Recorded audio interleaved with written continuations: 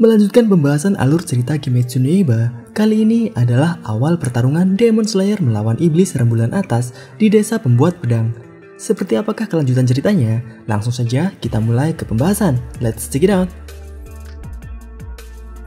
Di dalam penginapan untuk para Demon Slayer, Tokito membangunkan Tanjiro untuk menanyakan di mana keberadaan dari Kanamori. Kanamori merupakan orang yang diharuskan untuk membuat pedang baru untuk Tokito. Tokito mengetahui bahwa Kanamori dekat dengan Haganezuka dan menanyakannya kepada Tanjiro.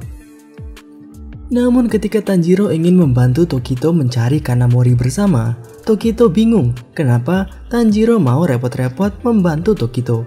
Karena bagi Tanjiro, membantu orang lain juga akan bermanfaat nantinya, sekaligus Tanjiro ingin memastikan keadaan mereka. Tiba-tiba Nezuko yang tadinya tidur di pangkuan Tanjiro bangun dan marah-marah. Dan dari arah pintu, salah satu iblis dengan santainya merangkak dan membuka pintu. Iblis rembulan atas nomor 4, Hantengu. Karena matanya tertutup, Tanjiro dan Tokito tidak tahu Hantengu merupakan iblis rembulan atas nomor berapa. Tanjiro dan Tokito tentu saja kaget karena hawa keberadaannya yang tidak diketahui sampai akhirnya wujudnya dimunculkan. Dengan kemunculan Hantengu, Tokito dengan cepat mengeluarkan teknik pernafasan kabut nomor 4, yaitu Iryu Giri. Namun Tengu dengan mudah menghindari serangan Tokito dan hanya tergores di bagian wajahnya saja. Serangan dilanjutkan oleh Tanjiro yang berhasil mengenai Hantengu yang sepertinya tidak berniat bertarung. Ditambah tendangan Nezuko yang membuat Hantengu terpental dan kepala Hantengu berhasil dipotong oleh Tokito. Walaupun Hantengu berhasil dikalahkan, Tanjiro tidak langsung lengah karena pengalamannya melawan Daki dan Gyutaro. Dan ketika Tanjiro berteriak kepada Tokito untuk tidak lengah, kepala Hantengu yang lepas berubah menjadi iblis baru dan badan Hantengu juga berubah menjadi iblis baru. Hantengu seperti membelah diri. Yang muncul dari kepala Hantengu menggunakan senjata daun kipas dan bernama Karaku. Kemudian yang muncul dari tubuh Hantengu adalah Sekido, menggunakan senjata tongkat Kakara seperti tongkat milik Biksu Tong.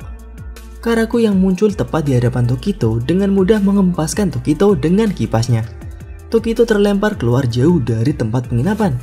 Tanjiro juga terpental namun bisa ditahan oleh Nezuko yang memegangi tangan Tanjiro. Sekido yang punya kepribadian selalu marah menyuruh Karaku untuk melawan yang lebih lemah di antara Tanjiro dan Nezuko. Sekido lalu menghentakkan tongkatnya yang mengeluarkan listrik dan mengenai Tanjiro. Di atas atap di belakang Sekido, Genya dengan pistolnya sudah bersiap menembak Sekido. Dengan dua tembakannya, kepala Karaku dan Sekido berhasil terpotong. Namun Tanjiro sepertinya sudah mengetahui kelemahan dari iblis-iblis ini. Tanjiro merasa bahwa Hantengu, Karaku dan Sekido tidak peduli jika kepala mereka terpotong. Dengan tujuan agar bisa membelah diri.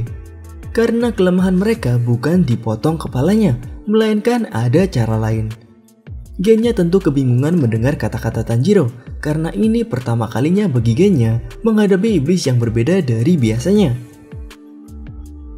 Tanjiro mencoba menyerang Karaku dan Sekido yang sedang membelah diri, namun terlambat. Urogi, iblis baru yang bisa terbang, membawa Tanjiro terbang dengan cakar di kakinya. Namun Tanjiro tidak panik. Tanjiro menyuruh Nezuko untuk membantu Genya. Namun lagi-lagi Tanjiro terlambat. Genya sudah ditusuk oleh iblis baru yang bernama Aisetsu dengan tombaknya. Tapi Tanjiro tetap meminta Nezuko untuk membantu Genya karena mungkin belum terlambat. Sedangkan untuk Tanjiro sendiri, kini dihadapkan dengan Urogi yang mengeluarkan kekuatan semacam suara sonar yang membuat Tanjiro terjatuh dari ketinggian. Di sisi lain, Tokito yang sebelumnya terlempar dari kipas Karaku ternyata terlempar sangat jauh.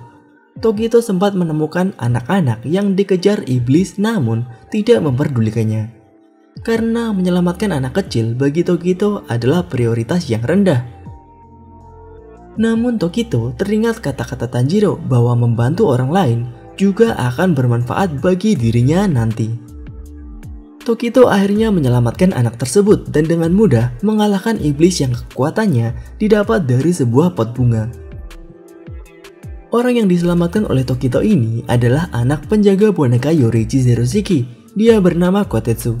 Kotetsu kemudian meminta tolong Tokito untuk membantu Kanamori yang juga diserang oleh iblis. Lalu, Haganesuka juga sedang memperbaiki pedang dari boneka Yoruichi. Dan untuk saat ini, Tanjiro menggunakan pedang yang dibuat oleh Haganesuka sendiri, bukan pedang dari boneka Yoruichi.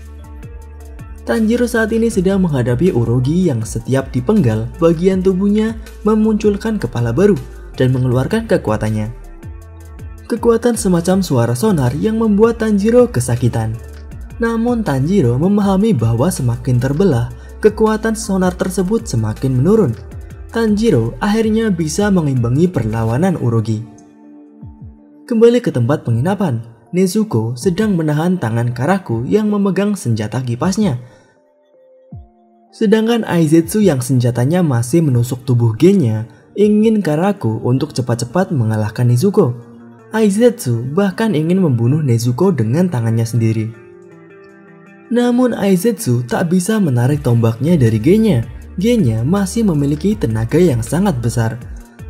Selain itu, senjata Genya juga masih ada di tangan.